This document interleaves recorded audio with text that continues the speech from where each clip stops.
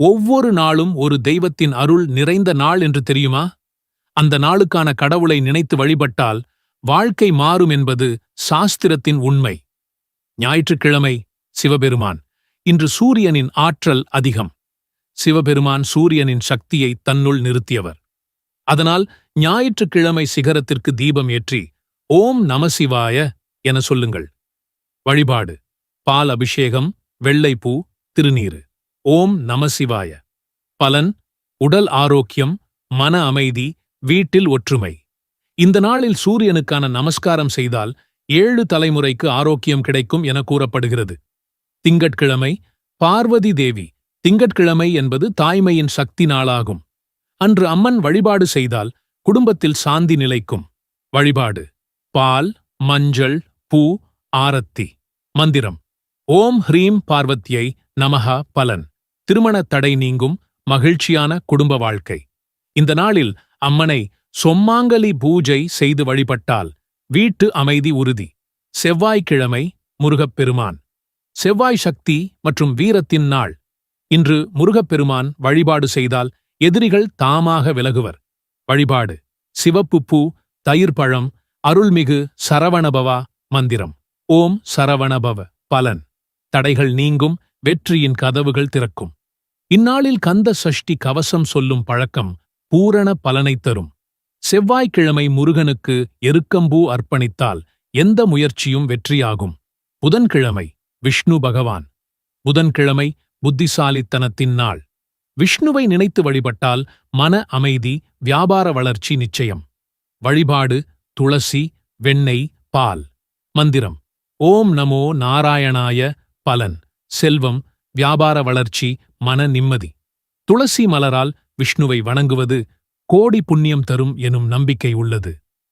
வியாழக்கிழமை தட்சிணாமூர்த்தி குரு பகவான். இது ஞானம் மற்றும் ஆசானின் நாள்.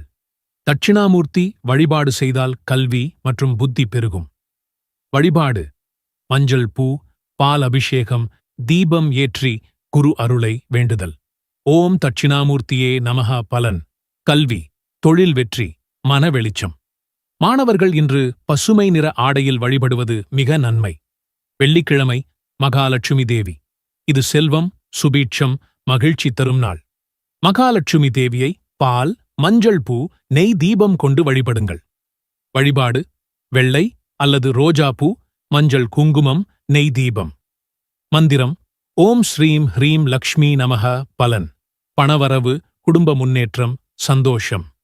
வெள்ளிக்கிழமையில் அம்மன் கோவிலில் தீபம் ஏற்றி வைப்பது கோடி புண்ணியம்.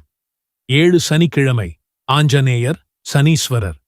சனிக்கிழமையன்று பீதி வேண்டாம். இது அருளின் நாள். ஹனுமான் வழிபாடு செய்தால் சனியின் தாக்கம் குறையும். வழிபாடு: எண்ணெய் தீபம், வெந்தயம், நெய், கருப்பு பூ. மந்திரம்: ஜெய் ஹனுமான். ஓம் சனீஸ்வராய நமஹ. பலன்: கடன் தீர்வு, எதிரி துன்பம் நீக்கம், தைரியம். சனிக்கிழமை ஹனுமான் கோவிலில் நெய் தீபம் ஏற்றினால் வாழ்க்கை அமைதியாகும். ஒவ்வொரு நாளும் ஒரு நிமிடம் அந்த நாளுக்கான தெய்வத்தை நினைத்து 3 முறை மந்திரம் சொல்லுங்கள். அந்த அதிர்வுகள் உங்கள் வாழ்க்கையை மாற்றும். தினந்தோறும் தெய்வம் நினைத்தால் துன்பம் தானாக மறையும். வாழ்க்கை மாற்றம் ஏற்படும் வழி: தினமும் காலை 1 நிமிடம் தியானம். அந்த நாளுக்கான மந்திரம் சொல்லுதல்.